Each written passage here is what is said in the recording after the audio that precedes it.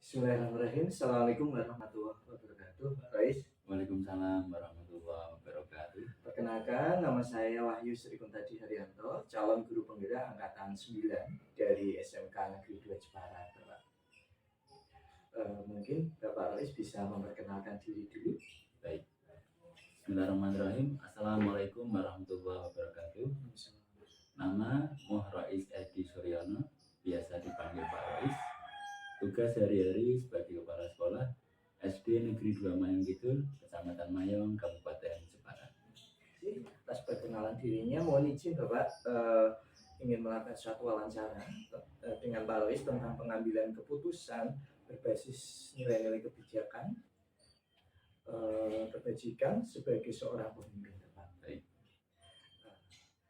Ini saya tanyakan yang pertama, Bapak, bagaimana Pak Rais dapat mengidentifikasi kasus-kasus yang mana itu dilema etika atau yang mana itu tujuan moral ini, Bapak?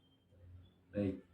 Untuk dilema etika, saya mengidentifikasinya, saya melihatnya itu hal yang baik. Dua hal sama-sama baik dan harus pilih salah satu, dan dua hal itu ada manfaatnya dan juga ada kelemahannya. Maka harus memilih salah satu yang paling terbaik dan dampak negatifnya paling minim. Maka saya mengidentifikasi, saya melihat dua hal sama-sama baik, tapi harus pilih salah satu, berarti itu dilema etika. Sedangkan untuk rujukan moral, ini memang saya lihat hal itu memang tidak benar, tidak baik, tidak sesuai panduan, tidak sesuai regulasi, dan sebisa mungkin harus tidak kita lakukan, harus kita tinggalkan. Demikian. Terima kasih Bapak. Berarti intinya pada kasus dilema etika itu sama-sama baik sebenarnya, gitu ya. Sama-sama baik, tapi kita perlu mengidentifikasi kasus dari masalah itu mana yang paling baik dan sedikit resiko seperti itu. Kalau yang tujuan moral itu memang betul-betul negatif, gitu ya. Terima kasih. Yang kedua ini Bapak, bagaimana Pak Rais ini menjalankan dalam mengambil keputusan di sekolah Pak Rais, terutama pada kasus-kasus di mana ada dua kepentingan yang sama-sama benar atau sama-sama mengandung nilai-nilai kebajikan. Ya, dalam mengambil keputusan, saya selaku pimpinan, selaku kepala sekolah tidak langsung serta-merta memutuskan sendiri. Pasti saya melalui tahap musyawarah bersama rekan-rekan guru. Saya melibatkan semua warga sekolah untuk saya mintai saran, sumbang saran masukan, kemudian kita rapatkan bersama, kemudian kita cari solusi terbaik dan mengambil keputusan terbaik. Jadi intinya jika ada dua kasus yang sama-sama benar, berarti Bapak itu melaksanakan mungkin musyawarah bersama dengan semua warga sekolah, dan selain melibatkan semua warga sekolah itu mengambil keputusan yang terbaik seperti itu ya Bapak. Iya. Gitu. Yang selanjutnya ini Bapak, mungkin langkah-langkah atau prosedur seperti apa yang biasanya Pak Rais lakukan selama ini dalam mengambil keputusan dari dilema etika itu? Ya, saya melakukannya, mempersiapkannya jauh-jauh hari. Ada suatu hal, contoh penerimaan murid baru, saya mempersiapkannya jauh-jauh hari. 3 bulan, 2 bulan sebelumnya sudah saya lempar isunya dari rekan-rekan guru, Bapak Ibu, nanti Juli pertengahan kita akan penerimaan murid baru. Mari kita persiapkan segala sesuatunya. Saya lempar begitu saja isunya. Maka guru kelas 1 yang saya tunjuk jadi ketua panitia penerimaan murid baru, dibantu sekretarisnya, bendahara, dan semua anggota panitia PPDB, mereka akan mempersiapkan segala sesuatunya. Nanti kalau sudah mulai mendekati dan kita rapatkan, mereka sudah punya konsep masing-masing. Kemudian disampaikan, baru kita mengambil keputusan yang terbaik. Demikian. Semisal ini Pak Rais, ada suatu dilema etika tentang anak, Ya. ada permasalahan tentang anak. Kira-kira langkah mungkin ada kasus tentang anak gitu nih, ada kasus tentang anak. Mungkin langkah atau prosedur apa dalam menyelesaikannya pada kasus ini? Ya. Ada anak yang pintar pelajaran bahasa Indonesia, matematika, IPA, pelajarannya pintar bagus, tapi dia kurang pandai dalam bernyanyi, kurang pandai dalam olahraga, kurang pandai dalam kesenian, dan itu ada. Dan itu juga menjadi salah satu masalah juga terkadang. Ada anak yang bakat olahraganya luar biasa, prestasinya luar biasa, tapi mohon maaf, akademisnya agak lemah. Dan kurikulum baru, kurikulum Merdeka ini mengamanatkan untuk semua anak harus naik kelas, dan itu betul-betul menjadi diskusi yang sangat serius saya kepala sekolah dengan rekan-rekan guru. Kita nilai semua aspek pembelajaran, kita hargai potensi terbaik anak, kita lihat potensi terbaik anak, kita kembangkan potensi terbaik anak, kita kembangkan terus, dan untuk bekal dia evaluasi pembelajaran dan nilainya baik sehingga bisa naik kelas, dan kemudian sampai kelas 6 dan dia berhak untuk lulus jenjang SD. Jadi ketika ada suatu anak dengan prestasi akademik baik tetapi mungkin prestasi yang lain kurang begitu ya, atau masih lemah, atau dari olahraganya baik tetapi akademisnya masih lemah, itu berarti kan ada dilema gitu ya. Ada dilema, dan itu perlu tadi sudah didiskusikan secara bersama, dan untuk mengamanahkan di kurikulum Merdeka itu untuk bisa menaikkan dan berdiskusi bersama dengan guru. Langkah-langkah dan prosedurnya mungkin untuk menangani dilema etika seperti itu. Yang nomor 4 ini kan, apa yang selama ini Pak Rois anggap efektif dalam suatu mengambil keputusan pada kasus-kasus dilema etika, mungkin dari dilema anak atau dilema. Saya berdayakan semua warga sekolah, rekan-rekan guru, operator, tenaga administrasi, dan para murid. Saya berdayakan semua, saya berdayakan mereka untuk berdiskusi, untuk menyelesaikan hal-hal, untuk menghadapi semua tantangan di sekolahan.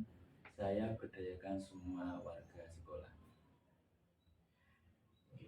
Jadi intinya pada kasus nomor 4 ini yang dianggap efektif dalam menyelesaikan kasus dilema etika itu berarti tetap melibatkan semua warga sekolah, termasuk mungkin ada murid yang bermasalah itu juga kita libatkan, mungkin guru-gurunya juga kita libatkan, terus sebelum mengambil suatu keputusan begitu kan. Selanjutnya Pak Rois, hal apa saja ini yang selama ini merupakan suatu tantangan dalam mengambil keputusan dari suatu kasus anak atau kasus apa pada dilema etika? Baik, tantangannya waktu. Suatu saat kita dihadapkan dengan dilema etika dan dihadapkan dengan rujukan moral, dan harus diselesaikan dalam waktu cepat. Dalam waktu yang cepat kita harus mengambil keputusan yang terbaik, dan itu menjadi tantangan yang luar biasa. Saya langsung bergerak cepat, memberdayakan semua warga sekolah. Saya minta saran rekan-rekan guru, berpacu dengan waktu. Saya minta saran dari operator, dari bendahara bos, dari guru-guru senior. Saya berpikir cepat, kemudian harus diskusi, meluangkan waktu untuk rapat, dan mengambil keputusan segera. Jadi tantangannya itu memang terkait dengan waktu dan bagaimana waktu yang cepat dengan keputusan yang tepat. Begitu ya. Yang selanjutnya nih Pak Rois, apakah Pak Rois memiliki sebuah jadwal khusus atau tempat-tempat khusus atau jadwal yang dalam menyelesaikan suatu permasalahan tentang anak atau permasalahan yang lain tentang dilema etika itu? Ya, sekolahan kami kita programkan untuk rutin kita pertemuan, kita rapat, kita supervisi, kita diskusi setiap hari Jumat minggu pertama di awal bulan. Jam 10 pembelajaran sudah selesai, semua guru berkumpul lengkap, kita diskusi sambil menunggu fast sprint pulang jam 11. Kita personil lengkap, kita diskusi setiap awal bulan demikian. Akan tetapi tidak menutup kemungkinan di hari yang lain, mungkin hari Jumat berikutnya juga, hari Jumat berikutnya jam 10 sampai jam 11 itu selesai pembelajaran, guru-guru bisa berdiskusi, mempersiapkan ini, itu, mengerjakan administrasi, bisa sharing-sharing juga, dan juga insidentil. Di waktu-waktu tertentu kita juga siap untuk berdiskusi dan harus mengambil keputusan di waktu yang cepat. Jadi memang di sekolah Pak Rois mungkin sudah punya jadwal gitu, Ya. untuk saling merefleksi setiap bulan dan tidak menutup kemungkinan Jumat-Jumat berikutnya, dan mungkin barangkali ketika memang ada kasus-kasus yang insidentil yang harus diselesaikan saat itu juga mungkin bisa diselesaikan saat itu juga gitu ya Pak. Terima kasih. Yang selanjutnya ini nomor 7 Bapak, adakah seseorang atau faktor-faktor apa yang selama ini mempermudah panjenengan Pak Rois untuk membantu Pak Rois dalam mengambil keputusan tentang dilema etika tersebut? Ya, yang pertama guru-guru senior. Di Di sekolahan kami ada 2 orang guru senior, Bu Dian Suciati dan Bu Maya. Saya sangat terbantu oleh keberadaan beliau berdua. Setiap ada hal permasalahan, pertama saya minta saran beliau berdua, saya minta masukan beliau berdua. Kemudian di aspek-aspek yang lain, untuk masalah keuangan saya memang minta saran ke bendahara bos.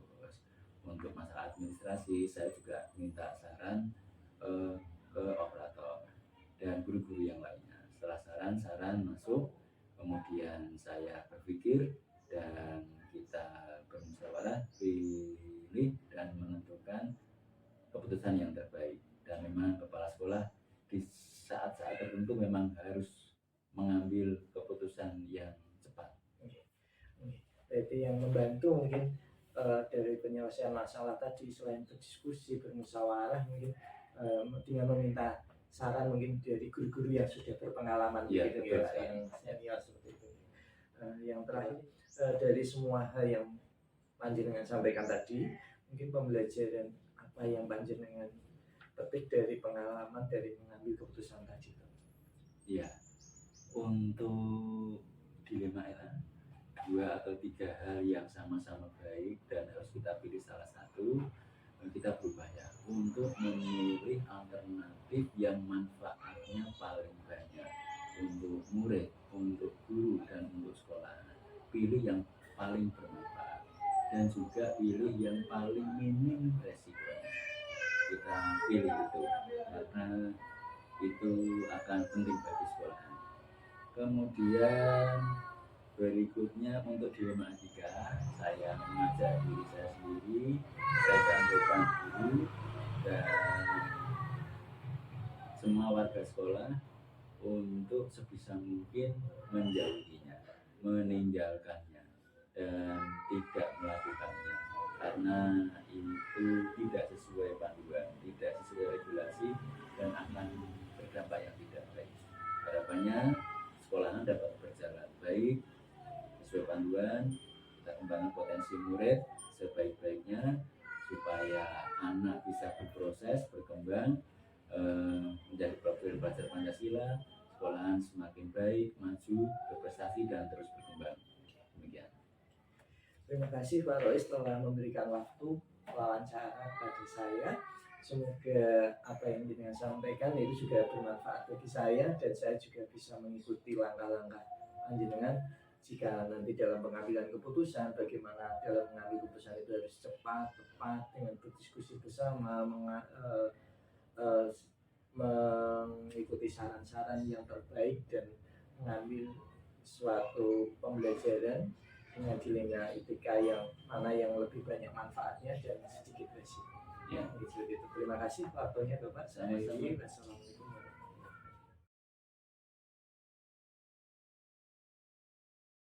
Assalamualaikum warahmatullahi wabarakatuh. Waalaikumsalam warahmatullahi wabarakatuh. Ini Pak Anif, perkenalkan nama saya Wahyu Sri Kutadi Haryanto, calon guru penggerak angkatan 9 dari SMK Negeri 2 Jepara. Mohon izin Bapak untuk sakit memperkenalkan diri. Siap. Baik Pak Wahyu, perkenalkan saya Anif Asmaudin. Saat ini saya bertugas di SD Negeri 2 Kedungcino sebagai kepala sekolah yang juga merangkap di SD Negeri 6 Panggang, yang merangkap kepala sekolah juga untuk kegiatan pembelajaran di sana karena kekurangan kepala sekolah, jadi ada sistem perangkapan seperti itu. Selain itu saya juga mengajar praktek di program guru penggerak angkatan 9. Terima kasih Pak. Mohon izin nih Bapak untuk melakukan wawancara terkait tentang dilema etika tentang nilai-nilai kebijakan kepemimpinan. Silakan Pak Wahyu, dengan senang hati. Ya Bapak, yang ingin saya tanyakan, ini bagaimana Pak Anif itu dapat mengidentifikasi kasus-kasus yang merupakan itu mana itu dilema etika atau mana itu yang merupakan suatu rujukan. Untuk mengidentifikasi kasus dilema etika maupun rujukan moral, biasanya saya melakukannya dengan mencari fakta ya Pak ya. Mencari fakta-fakta yang ada terkait kasus-kasus tersebut, apakah itu termasuk dilema etika, karena dilema etika itu kan membuat keputusan yang mungkin sama-sama baik, atau ya kalau rujukan moral itu adalah ya seperti itulah, berkaitan dengan moralitas kita dalam membuat sebuah keputusan dan begitu. Jadi mencari fakta, kemudian mengumpulkan informasi dari berbagai pihak. Jadi ada harus dari beberapa sudut pandang, tidak hanya satu, tapi kita punya beberapa sudut pandang yang harus kita cari agar sebuah permasalahannya untuk menentukan itu dilema etika atau rujukan moral. Kemudian juga berkolaborasi dengan pihak lain dalam menyelesaikan sebuah permasalahan. Itu mengidentifikasinya juga mencari bekerja sama, kolaborasi ya, terutama dengan teman-teman sejawat, dengan kalau saya sebagai kepala sekolah dengan guru-guru yang ada di sekolah kita, berbagai pihak lah, intinya dari sini. Jadi intinya pada pertanyaan pertama, identifikasinya Pak Anif itu mungkin dengan cara mencari faktanya dulu, informasi itu penting dari berbagai pihak. Setelah itu dari berbagai sudut pandang dan tentunya perlunya adanya diskusi bersama, kolaborasi bersama dengan seluruh identifikasinya dengan seperti itu biasanya. Terima kasih. Tentu saya yang kedua, bagaimana Pak Anif dalam menjalankan pengambilan keputusan di sekolah panjenengan, terutama untuk kasus-kasus yang dimana ada dua kepentingan ini sama-sama benar, dan sama-sama mengandung nilai-nilai kebajikan. Itu mengambil keputusan dari situ ya. Nah, itu cukup berat ini. Memang itu memerlukan tantangan khusus ya. Jadi mengambil keputusan dari hal yang sama-sama baik dan punya nilai kebajikan yang sama. Nah, tentu saja dalam mengambil keputusan saya melibatkan banyak pihak Pak, seperti tadi ya. Saya ada hal tertentu sebagai kepala sekolah juga harus memiliki istilahnya tanggung jawab kalau itu berkaitan dengan kebijakan sekolah yang harus mengikuti peraturan yang ada, maka itu saya harus putuskan secara saya sebagai kepala sekolah sebagai pengambil kebijakan. Namun ada beberapa keputusan yang diambil itu kita juga memerlukan berbagai masukan dari berbagai sumber. Jadi seperti menentukan dilema membuat keputusan dari sebuah dilema yang sama-sama baik tadi, biasanya tetap melibatkan berbagai pihak karena ini keputusan harus kita tahu resikonya juga setelah kita buat manajemen resiko lah intinya. Resikonya seperti apa? Ya, ketika sudah kita mengambil keputusan, dampak yang timbul nanti seperti apa juga harus dipelajari. Jadi selain melibatkan berbagai pihak dalam mengambil keputusan, juga mencari dasar-dasar dalam pengambilan keputusan, dasar-dasar kita kita dalam pemerintahan itu kan kadang kita perlu dasar peraturan dan perundang-undangan Pak. aturan. Aturan yang ada. Nah, itu juga perlu dipertimbangkan. Jadi itu menurut saya dalam pengambilan keputusan ya seperti itu. Pertama dalam hal-hal yang sama-sama baik, meminimalisir resiko juga dampaknya. Jadi bisa saya ambil kesimpulan untuk pertanyaan kedua itu bagaimana jika ada dua dilema yang sama-sama baik, sama-sama benar dan mempunyai nilai-nilai kebajikan, sama-sama mempunyai nilai kebajikan, berarti dengan tetap mengutamakan melihat aturan-aturan yang ada dulu, terus yang selanjutnya tetap melibatkan pihak-pihak tertentu yang ada di dilema etika tersebut juga melihat mana manfaat yang banyak dan risiko yang sedikit tambahan urgensi atau ini prioritas untuk harus diselesaikan ini yang harus dipilih prioritasnya yang saat ini dibutuhkan atau saat ini yang harus diputuskan. Terima kasih Lalit untuk yang selanjutnya langkah-langkah atau suatu prosedur seperti apa ini yang Pak Hanif lakukan selama ini. Prosedur dalam membuat sebuah keputusan tadi ya, dari dilema etika atau profesional tadi tidak ada langkah khusus sebelumnya. Saya hanya berdasar seperti pertanyaan yang kedua tadi jawabannya prioritas mungkin ya, prioritas dulu. Langkah-langkah kan tetap kita prioritaskan mana yang memang harus diselesaikan lebih dulu berdasarkan urgensi tadi. Kemudian setelah prioritas kita dapatkan, oh ini harus kita putuskan karena ini menyangkut ini, dan kita kembali lagi ke manajemen risiko dampak yang itu langkah-langkah yang mungkin biasanya saya laksanakan. Jadi kita benar-benar harus memikirkan risiko atau dampak yang akan terjadi ketika keputusan ini sudah dibuat. Jadi seperti itu Pak. Intinya mungkin walaupun tetap semua ada risikonya. Meminimalisir. Iya. Setiap keputusan saya yakin itu ada dampak negatif dan positifnya.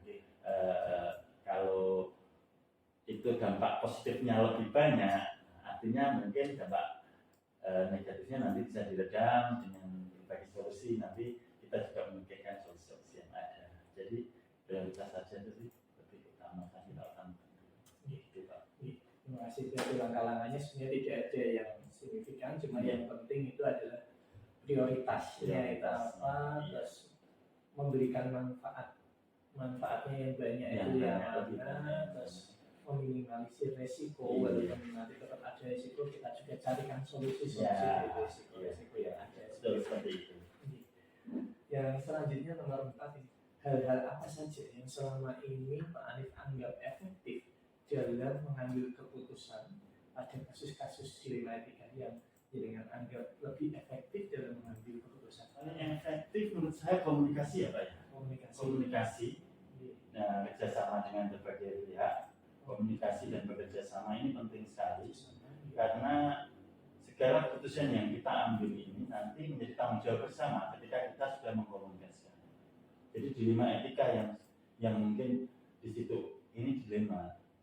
Ketika kita sudah membuat sebuah keputusan, artinya semua pihak sudah tahu karena sudah dikomunikasikan berbagai pihak. Kalau di sekolahan itu kan pihak-pihak yang terkait itu kan ada pengawas sekolah, ada komite sekolah, wali murid, kemudian teman-teman guru, dan sejawat itu kan ketika mereka dilibatkan, dikomunikasikan dengan baik, kemudian nanti ketika keputusan sudah diambil dan kita menjadi tanggung jawab bersama. Jadi tidak ada salah satu pihak yang merasa terbebani dengan tanggung jawab yang salah satu mungkin ini lebih berat siapa yang berat, jadi kita bersama memikul tanggung jawab bersama. Jadi itu sih. Berarti intinya itu hal-hal yang efektif itu perlu suatu komunikasi, keterbukaan gitu ya.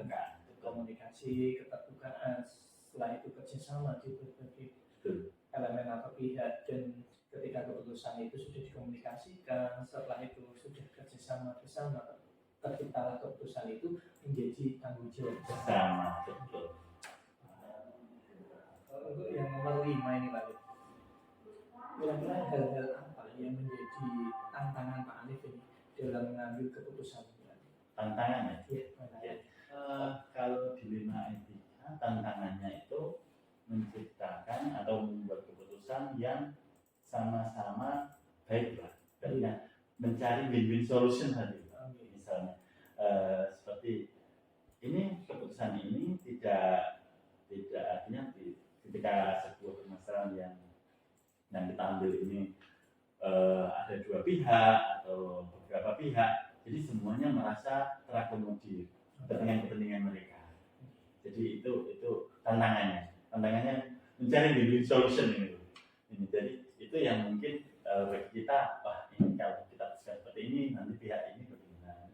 Nah, maka kita ambil jalur yang terbaik di antara keputusan yang mungkin nanti kita buat, dan itu baik untuk semua. Itu mungkin tantangan yang menurut saya benar-benar memerlukan pemikiran yang keras, dan itu mungkin bisa teratasi ketika kita melibatkan berbagai pihak. Jadi seperti itu.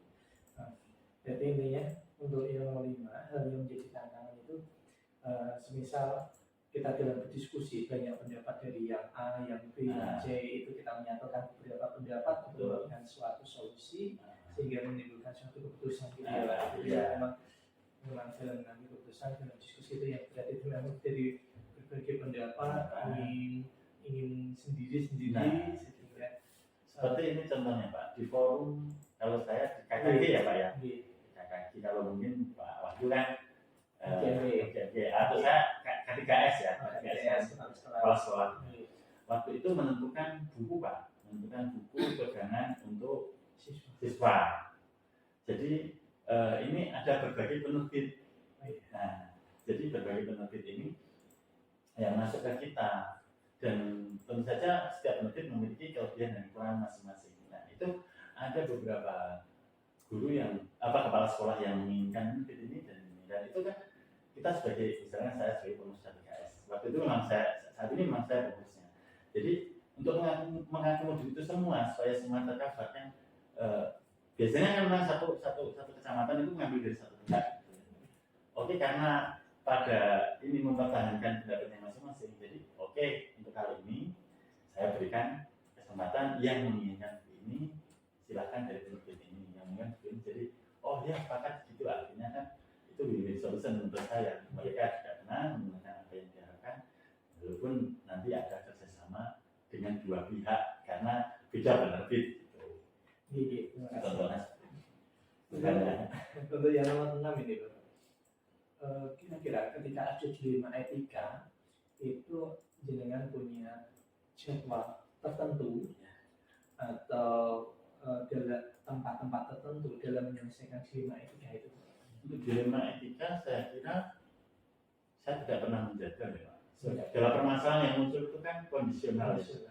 Dan kita juga menyelesaikan permasalahan tersebut seperti tadi juga urgensi atau prioritas tadi.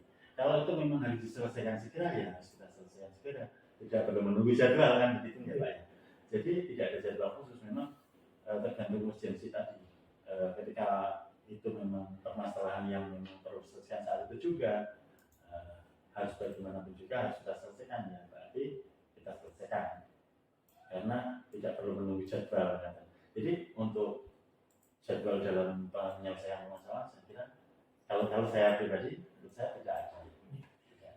Ketika intinya kan ketika memang dilema etika itu muncul, maka harus segera ditangani, diselesaikan secara baik. Insidentil sesuai dengan apa yang ada permasalahan yang ada. Jadi ada waktu-waktu khusus. Ini permasalahan ini selesaikan setiap ini. Nomor 7 adakah seseorang atau faktor-faktor apa yang dapat mempermudah Pak Hanif ini dalam mengambil keputusan? Faktor-faktor yang mempermudah tentu saja seperti di awal tadi saya bilang komunikasi.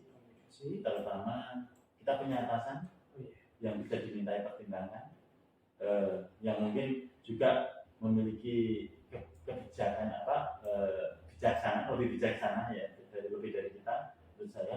Contohnya kalau saya di kepala sekolah ini memiliki seseorang yang saya anggap lebih bijak, yaitu atasan saya pengawas sekolah. Di sana saya sering meminta pendapat tentang suatu hal bermasalah. Jika saya memiliki permasalahan seperti ini atau dilema etika yang ada, ini kita sebaiknya bagaimana, langkah-langkah apa, masukan-masukannya saya harapkan, nasihat-nasihatnya.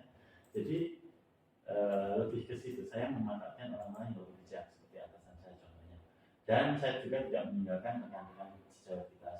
Saya lebih suka keterbukaan. Setiap ada permasalahan saya terbuka dan kita bersama bisa menyelesaikan permasalahan yang ada. Saya yakin persamaan, komunikasi yang baik, kemudian konfirmasi.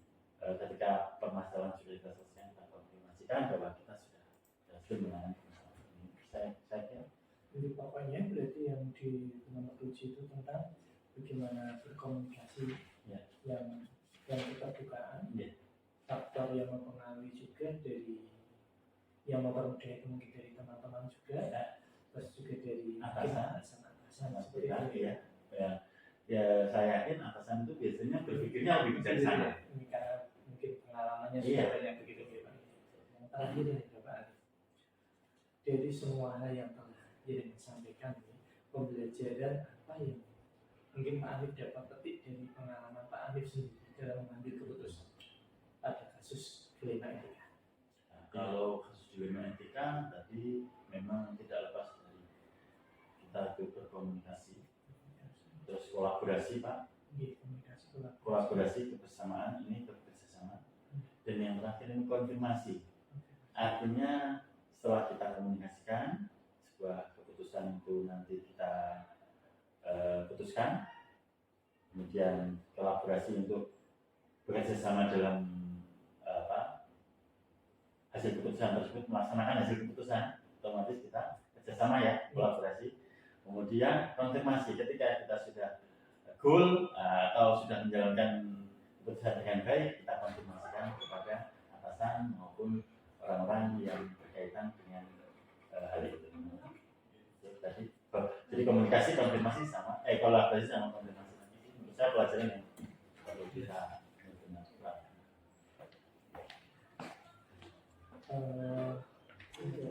Atas wawancaranya, semoga ini mendapatkan menambah ilmu hasanah bagi saya pribadi, ya menambah